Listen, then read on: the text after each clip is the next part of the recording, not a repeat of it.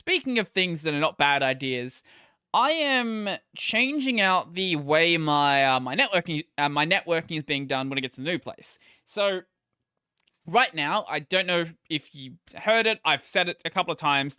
I am using a Ethernet over power, like Powerline Ethernet adapter. If you don't know what these are, they are they are the greatest things ever created. They are magic. I don't know how they work, but they're awesome.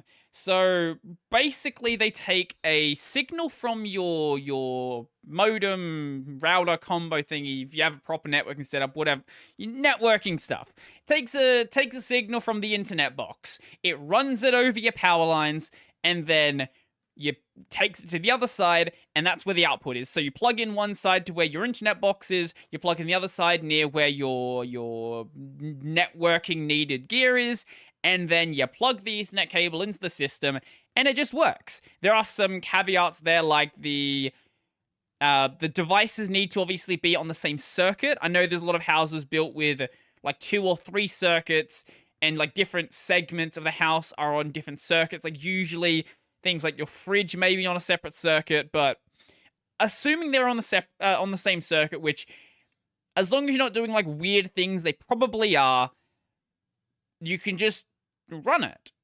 It does depend on like the quality of the copper in your house. In my case, I've only had good experience. I've had good experiences in new houses, in old houses. Generally, it just works pretty well. But no longer am I going to be doing that. I'm actually going to be doing a proper networking solution and making it fairly convenient for myself as well. So I picked up a new device. Here we go.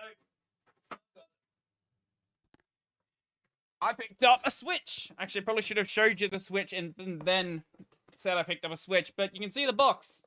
Switch. Very little Switch box here. So this is a 5-port Switch, GS105 Netgear. It was like $30. This is gonna sit in my room. I'm going to run a cable from where the internet box is to my room. It's gonna plug into port 1, and we'll deal with it there. Does that mean I'm going to have a 20-meter Ethernet cable running through my hallway? Yes. Yes, it does. That's what's gonna happen. My mate already said that it's fine, and we might end up, like running it across the ceiling or something like that, just so it's out of the way, or doing something with like hooks and stuff to keep it so it's like neatly in the side section. This cable doesn't actually come in this box. It doesn't actually fit in there properly. But yes, that is going to be the new solution. So the reason I got the 5-port is I don't need the 8-port. I could have got an 8-port. I could have gotten more than that, but I'm going to have my computer networked. I'm going to have my PS4 networked. Assuming that I get like a Switch or something at some point, I'm going to have that one be wired as well. So that gives us 3 there. And obviously I need to minus 1 off to actually plug it into the home network. And then I have a spare port, which may go to like a streaming PC or something like that. Maybe at some point I will run out of ports on this, which I have thought, depending on what I do, I may end up running out, in which case I will go and get an 8-port, but at least for the time being, this is going to be perfectly fine. If I do run out, though, it's not going to like go to waste.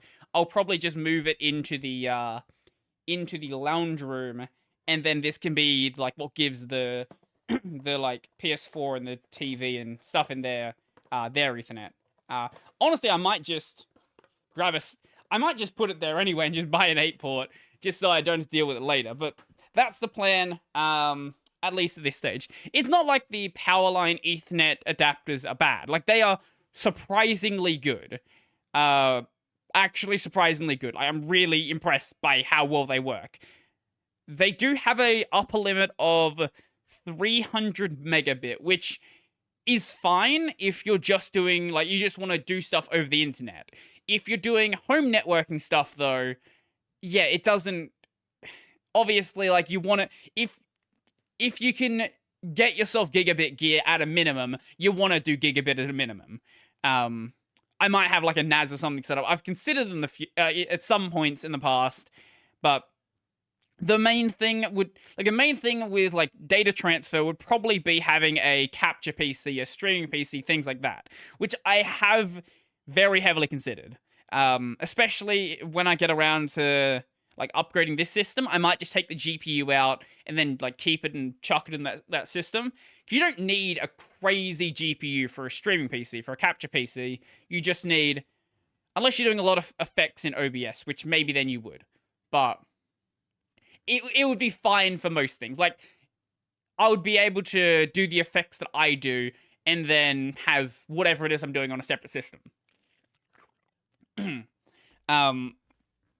Not saying that I'm going to be doing that, just it's an option I have been considering. And hey, when I get around to that, then this is certainly an option to extend that as well. You can get Powerline, Powerline Ethernet adapters that have multiple ports, but it's kind of a meme to get multiple ports on it. Actually, I guess you can get ones that are above 300 megabit. I guess this one is higher. The ones that I have are 300 megabit. But yeah, you can get ones with multiple ports, or you can buy the cheaper ones and then buy a switch, which is far cheaper. Like, you can buy this. You know, we're going to find out how much like a random switch on this site is. This isn't even like good pricing. This is like Officeworks doesn't do terrible pricing. They're just not as good as you can find if you like are really looking for good pricing. Networking, here we go. Okie dokie. So, I literally click on networking and it's showing me a power adapter. Stop it. What are you doing? And we want to go by price low to high. No, that's literally not a switch. That is so far from a switch. I don't know why you're showing me that. Networking. Thank you. Oh my god. Why do I change whether I'm like full screen or not and it disables my filtering? Why would it do that? Why would that ever happen? Here we go. Here is a 16-port switch for $130.